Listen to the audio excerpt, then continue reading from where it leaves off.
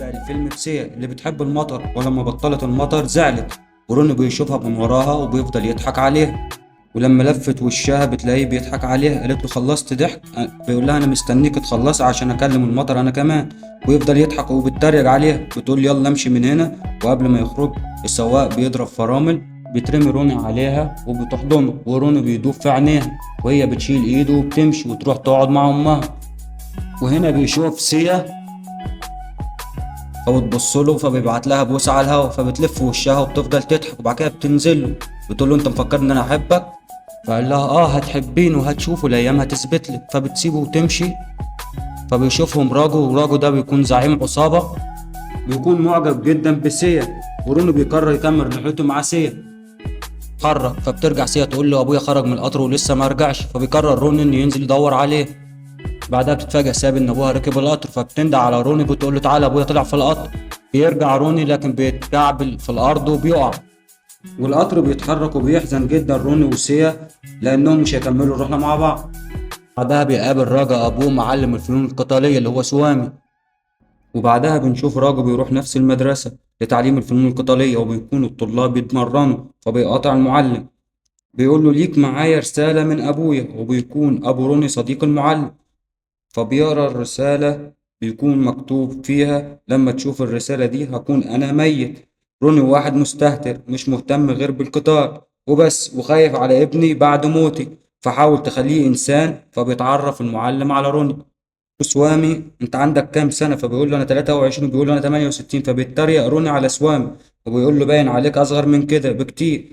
اذا كان مهتم بالقتال، فبيرفع روني صباعه، بيمسكوا سوامه من صباعه وبيرميه في الارض، فبيبقى محرج قوي قدام الطلبه. فبيقوم بيقول له انا مش بمد ايد على الكبار في السن والستات والاطفال. فبيرفع صباعه تاني لكن بيرميه تاني في الارض. يقول له يلا روح على اوضتك وتنام بعد ما انا انام وتصحى قبل ما انا ما اصحى. بيروح رونو الأوضة وبيلاقي إن الأوضة مفيهاش أي حاجة، وسرير عبارة عن حصيرة تتفرش على الأرض وينام عليه، والأوضة مفيهاش أي حاجة تاني. فبيسأل روني رامن هو مفيش أكل؟ فرامن بيقول له أنت اللي هتعمل الأكل للطلبة. وبتكون الطلبة في سباق، وبيكون راجو مشارك فيها، وسيا بتكون من ضمن الحضور. فبيتفاجأ راجو من سيا إنها موجودة من ضمن الحضور، فبيفرح وبيتشجع إن هو يكسب السباق، وفعلا يا صديقي بيكسب السباق. ومرضاش رابو يروح يستلم الكاس عشان يشوف سيا، لكن سيا بتكون خرجت من المكان. وروني بيكون شايل أكل الطلبة وبيعدي من جنبها ومش بيشوفوا بعض، ولكن الدنيا بتمطر وسيا بتكون مبسوطة. وبعدين بيشوفها روني وبيروح لها بتقول له انت تاني؟ أنا كنت متضايقة جدا انك نزلت من القطر والقطر سابك ومشي. فاروني بيقول لها انا كنت قاصد اسيب القطر عشان ما لقيتش ولا بنت حلوه، فبتضحك وبتسيبه وتمشي. فبيمشي وراها. بيقول لها انت بتكوني مبسوطه لما تتبل من المطر؟ بتقول له وانت ما وراكش حاجه غير تمشي ورايا؟ فاروني بيقول لها الدنيا بتمطر، لما بنتقابل شكل ده قدرنا اننا نشوف بعض. وبعدين بيشاور لها على المكان ده وبيقول لها تعالى نروح هناك، ولكن المطر بيبطل، وبيقول لها لما القدر يجمعنا تاني هنشوف بعض لما الدنيا تمطر. وبعدها روني بيدخل المدرسة وبيشوف راجو وهو بيتدرب مع الطلاب، وبيتفاجئ روني من قوة راجو في القتال. وبيرجع راجو بيفكر في سيا، وطالب بيعور راجو، فراجو بيتعصب عليه وبيضربه بكل قوة، وكان هيخلص عليه لكن المعلم بيتدخل وبيطلب منهم انهم يروحوا يناموا، لكن روني مش بينام ويروح يسهر ويسكر مع رامي. وبالصدفة أبو سيا بيسهر معاهم ويسكر، وتاني يوم المعلم بيخلي المساعد بتاعه يصحي روني من النوم علشان يروح يجهز لهم الأكل ويمسح المكان. وفضل روني على الوضع ده لحد ما اتعصب واتضايق جدا. وفي يوم الدنيا بتمطر وسيا وروني بيفرحوا جدا، وسيا بتكون خارجة من البيت لكن بتلاقي راجو قدامها، وراجو بيكون جاي علشان يتقدم لها، وبيقول لأبو سيا أنا عايز أطلب إيد بنتك. وأبو سيا بيقول له كان مفروض تجيب أبوك وأمك معاك في يوم زي ده، وبيقول له إن سيا بنتي متقدم لها عرسان كتير لكن أنا برفض علشان عايزها تركز في التمثيل. فراجو بيطلع له شنطة مليانة فلوس، وأبو سيا لما شاف الفلوس بيفرح ويقول له راجو حضر للفرح، اعتبر نفسك إنك اتجوزت بنتي خلاص. راجو بيفرح جدا بياخد بعضه وبيمشي، وهنا بتلاقي سيا وبتروح سيا للمكان اللي شاور لها عليه رونو وبتستناه، ورونو بيكون موجود الناحية التانية لكن مش شايفين بعض. فبتكلم السحابة وبتقول لها يلا مطر عند بيته هناك عشان يعرف إن أنا موجودة هنا. فبيسمعها رونو وبيروح لها، فبيقول لها انت كمان بتكلمي السحافه. بيقعدوا يهزروا ويضحكوا مع بعض، وتيجي سيا بتلبسه خاتم بتقول له اوعى تشيله من ايدك مهما حصل. وبعدها روني بيسكر وبيرجع المدرسة، لكن بيشوف المعلم وبيقول له دي مدرسة مش فندق، ترجع في الوقت اللي انت عايزه. بيقول له روني انا ما اخترتش اكون هنا، ابويا هو اللي اختار لي اجي علشان تدربني، لكن من يوم ما جيت هنا وانا مش بتدرب، انا شايف ان الكاراتيه الصيني احسن من الشاولين بتاعكم ده. وروني كان هيمشي، لكن المعلم بيقول له ان الشخص اللي اخترع الشاولين ده كان هندي، وسافر الصين وعلمهم 80 اسلوب قتال مختلف، والصين ما كانوش يعرفوا حاجه عنها. قرب سوام من روني وضربه في بطنه وخلاه يرجع كل اللي شربه. ولما عرف انه شرب خمره خده قدام المرايه وقال له الغزاله بتصحى بدري علشان تطلع تجري لانها خايفه حد يقتلها، والاسد بيصحى بدري علشان لو ما راحش مش هيلحق ياكل ويموت من الجوع. وانت كمان لازم تجرب وتشوف حياتك وتجري ورا هدفك، اما هتموت شخصيتك. يلا نكمل تدريب. بيقول له تدريب ايه وانا من يوم ما جيت بمسح وبطبخ بس. فالمعلم بيجي مره واحده يروح مهاجمه بيلاقي نفسه بيصد ضربته بسرعه، فبيفهم ان تعلم السرعه من الحاجات اللي كان بيعملها في المكان اول يوم جه فيه. المعلم بيقول انت كنت بتتدرب من اول يوم جيت فيه ليك هنا. وروني بيوطي يبوس رجله. ومن بعد اللي حصل بيبدأ روني تدريب من النار وبيكاتب كل الطلاب، وبيكون راجل متعصب من روني لأن المعلم مهتم بروني زيادة عن اللزوم، وبيسلم عليه وهو متعصب من روني. والمعلم بيحضر روني. وفي يوم كان روني وسيا مع بعض، وسيا شافت أبوها من بعيد. روني بيقول لها ده أبوكي؟ قالت له آه. طب اركبي التوك توك وامشي بسرعة. لما قابل أبو سيا روني بيقول له لو كده تمشي صاحبتك قبل ما أسلم عليها، مش كنت تعرفنا عليها؟ يلا بينا نرجع ونشرب حاجة. قال له لا أنا خلاص بطلت. وأبو سيا بينصدم لما شاف روني لابس خاتم بنته، فبيفهم إن صاحبة روني هي سيا، فبيحاول ياخد من روني الخاتم، فروني بيرفض. بعدها بيروح يقابل راجل بيحكي له على كل اللي حصل، فبيقول له أنا هقتل روني لو اضطريت لكده. بس المعلم بيسمعه وبيقول له ان الحب مش بكده، عمرها ما يكون الحب بالعافية، وبكده عمرك ما حد هيحبك، وانا مش هسيبك تقتل حد طول ما انا عايش. من ابوه بيحط له سم في الاكل وبعد كده بيقتله. وبعدها راجو بيكلم رجالته يجيبوا روني. رجالة روني بتقول له روني تعالى معانا، راجو عايزك. روني بيقول لهم طب استنى اجيب حاجة لسابه. راحوا خاطفينه وجاريين بيه، وهم عارفين ان روني بيحبه. هارون بيتجنن وبيجري وراه لحد ما بيوصل لهم، يقول له تعالى، يقول لهم هاتوا الواد. بيفضلوا يحدفوه لبعض، ورون اتعصب منهم وبيعملهم ويروح بيقاتل معاهم وبيضرب ده في العربية، وبقى العصابة بتجري منه. فبيجوا من مكان بعيد وبيحدفوا سابه، فبيجي يمسكوا روني. ترجع له العصابة تاني، فروني بيتعصب عليهم وبيجيب آخره، فبيضرب فيهم واحد واحد، بيضربهم كلهم. وبيضرب الزعيم بتاعهم وكان خلاص هيموته، بس صابه بيقول له ما تعملش كده.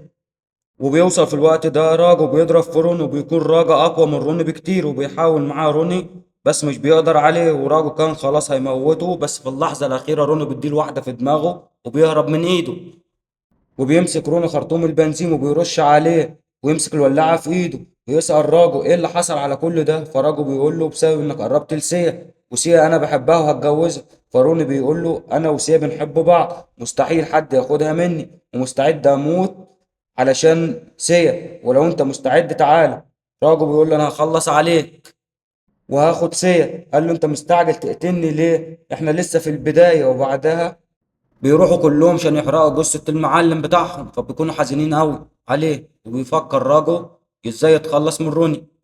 وبعدها روني بيروح عند قبر المعلم وبيعيط وبيقول له انت اللي خليتني انسان وهفضل اتعلم القتال علشانك. وهنا بتيجي الشرطة تقبض على روني علشان روني دمر المحلات الناس لما كان بيتخانق وهو وراجو.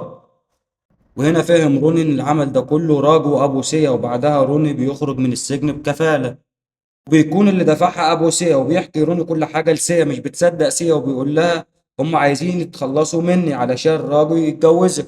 طب ليه وابويا هو اللي دفع الكفالة وخرجك علشان لما احكي لك ما تصدقيش. وفعلا سيا مش بتصدق كلام روني. وروني بيقول لها انا خلاص قررت اسافر واتعلم فنون القتال خارج المدينة، والقطر هيجي بكرة الساعة 6. لو حبيتي تيجي انا هفهم انك انت بتحبيني، ولو ما جيتيش كده هتكون كل حاجة ما بيننا انتهت. وبيسيبها روني وبيمشي. وبتروح سيا بتحكي كل حاجة لأمها، وبيسمعها أبوها من بره بيروح مقطع هدومه ويخبط دماغه في الحيط ويدخل لسيا ويقول لها روني اللي عمل فيا ده كله. لما قلت له تعالى نصفي اللي ما بينك وما بين سيا راح ضاربني وشاتمني، وقال لي موضوع أنا وسيا خلاص انتهى ورجع لك الخاتم بتاعك. فبتشوفه سيا وبتحكي، وفي نفس الوقت روني بيكون مستني في محطة القطر هو وسابهم، لكن سيا ما بتجيش، وبتكون خطة أبوها كده نجحت. الخاتم لسه في إيد روني، والخاتم اللي مع سيا مزيف، وسيا قررت تدخل مجال التمثيل، وبيوصل راجو مكان التصوير، وبيقابل أبو سيا وبيضربه على وشه بالقلم علشان لسه ما أقنعش بنته تتجوزه. وبعدين بتظهر سيا ولكن راجو بيخطفها. ومنتج الفيلم وابو سيا راحوا اسم الشرطة، بس لما الضابط عرف ان راجا هو اللي خطفها قال لهم لا، انت تروح تعملوا البلاغ ده عند الوزير. فبيروحوا بعدها لعضو مجلس الشعب لكن مهتمش بالموضوع. وهنا بتظهر سيا، وبيكون راجا حابسها في بيت عليه حراسة. وبعدها ابو سيا والمنتج راحوا لشخص مهم في الهند علشان يطلبوا منه المساعدة، بس لما عرف الموضوع فيه راجو قال لهم مش هنعرف نعمل معاه حاجة، وكمان هو خارج الهند الموضوع هياخد وقت. فبيخرج ابو سيا، هم متضايقين والمنتج بيكون متعصب بس عشان تعطيل تصوير الفيلم، وهو متضايق والمنتج بيكون متعصب بس عشان تعطيل تصوير الفيلم بسبب سيا. وبيفكر ابو سيا في روني وبيقول ما فيش غيره هو اللي ممكن يساعدنا. في الوقت ده بيكون روني علامة في الفنون القتالية، وبتجيله مكالمة من المستشفى، وبيكون سيبه عايز عملية علشان يرجع يتكلم، والدكتور بيقول له احنا هنعمل العملية وهتنجح، لكن لازم تدفع ثمن العملية الأول. وبعدين بيروح المنتج لروني، وابو سيا بيكون قاعد بعيد وبيقول له انا جودي منتج الافلام، وبيحكي له عن المشكله، وروني بيكون بيفكر في سيبه.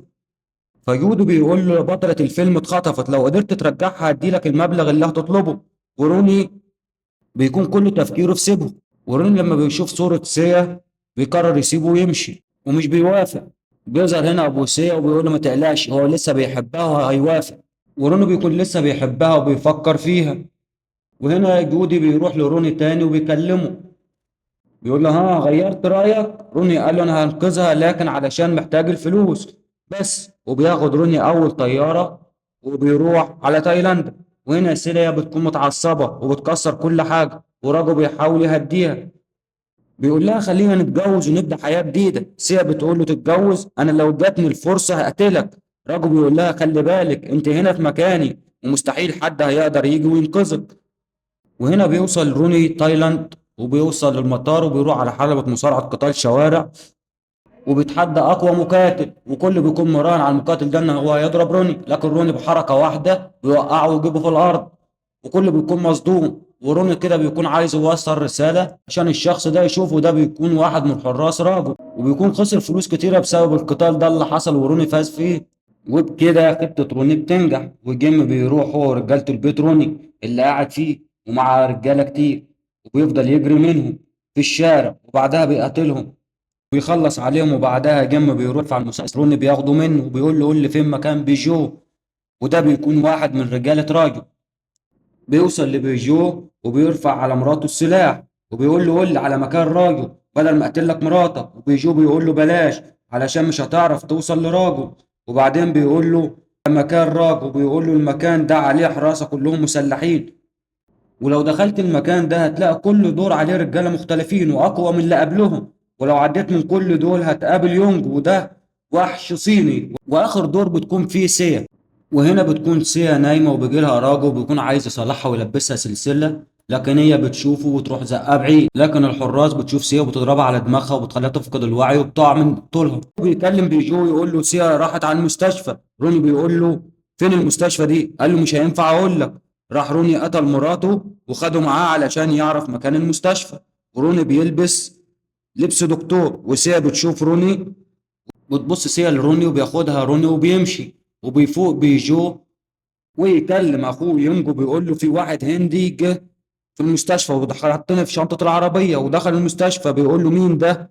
ولما بيسمعوا راجو بيعرفوا انه روني وبيجري وراه بيلاقيه ويرفع عليه السلاح، ولكن روني بيرفع سلاح على سيا ويقول له نزل اسلحتكم وبيهرب من المكان. وبعدها روني بياخد سيا ويروحوا في مركب.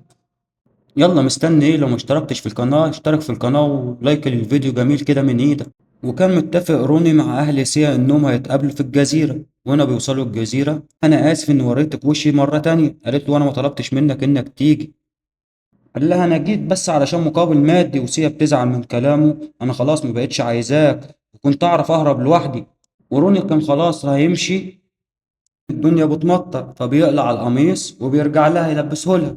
وسيا بتتفاجئ ان الخاتم لسه في ايده، وبتحكي له على كل حاجة حصلت، وهو كمان بيحكي لها على كل حاجة حصلت. ولما بيفهموا الحقيقة بيرجعوا لبعض تاني. رجالة راجو وبيضربوه وبياخدوا منه سيف، وبيكون راجو رجالته، وبينزل رونجو بيجوم العربية، وبيقول راجل روني دي خلاص كده نهايتك. فبيفضل يكسره في عظمه. بيجوا المسدس من جنبه وبيضرب راجو بطلقة، وبكده بيكون خلاص خد حق مراته، وبيرموه في المية. وراجو بياخد سيا وبيمشي من هناك. بيقول لها أنا عايز أبدأ معاكي حياة جديدة ونتجوز، ولو قلت لأ هموتك. وبعدها الدنيا بتمطر وكده. يا سيا حست إن روني لسه عايش، وفعلا روني بيكون لسه عايش، وبيهاجم على الحراس وبيخلص عليهم، ويدخل للدور اللي بعده ويخلص عليهم. ويشوفوا راجو في الكاميرا. يفهم راجو ان بيجو ما قتلش روني.